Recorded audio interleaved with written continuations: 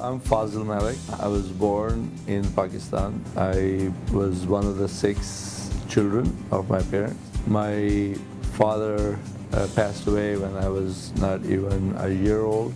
Our mother raised us by herself. When I moved to the United States, it was very challenging because I couldn't speak the language. You know, it's a totally different culture, the food, the way of life, you know, just totally opposite of what my upbringing was. Living in Pakistan, where, you know, I didn't know any different, the things that I wished I had, I saw them when I moved to the United States. I have great curiosity to learn new things, and I also saw opportunities. And very quickly, the challenges disappeared and the opportunities became bigger and brighter. My very first job was at a Burger King. And in that job, I had to mop and sweep. I had to clean the bathrooms and things that I had never anticipated or had any experience in doing. But I didn't mind it because I knew that I have to start somewhere and I have to get integrated. I was working hard and several jobs to pay my bills, but my eye was always on the bigger things. I changed my gears and I decided that I wanted to be in business. So I came up with several different ideas, had convinced some of my friends to partner up with me and invest. And so we did some sporting goods and, you know, a couple of other small ideas that didn't work out. So the friend that I partnered up with to do that, his family owned convenience stores at the time, and he was also involved in the family business. When we decided that let's call it quits, it's not, you know, going anywhere, he asked me a question, so what are you going to do now? And I'm like, I don't know, I'm just going to keep going because quitting is not the option. And he said, well, I have an opportunity.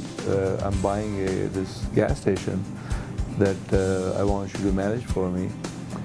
And my answer to him was, I have no idea how to manage a gas station. And he said, you know what, you're a smart guy, it's not that hard. I'll show you the ropes, you do a great job.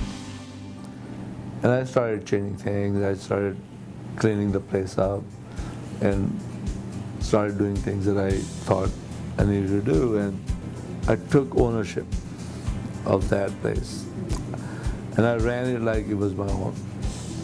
And I turned it around in a substantial way.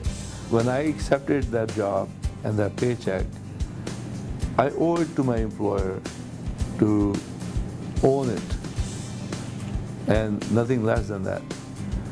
And because of that, I got all the success that I have today because of that one thing.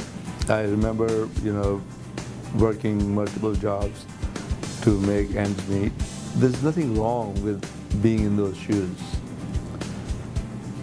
I've been there myself. You don't have to stay in those shoes. You can switch and get better shoes. But those shoes come with a price.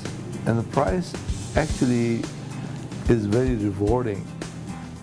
I think what motivates me is a desire to win. I hate to lose, but I want to win in the way that I can be proud of. It's not enough for me to just be good at one thing. I want to be good at everything that I do. But it's not the perfection I'm seeking. Actually, it's not even the destination that I'm worried about. I'm worried about the journey. As long as I can be proud of my journey, I'll be happy, man. I'll die happy. My mother was a great influence on us. She was a very strong woman, very strong-willed woman. She infused in all of us the value of education and doing the right thing. Being a person who adds to the society and not takes from it.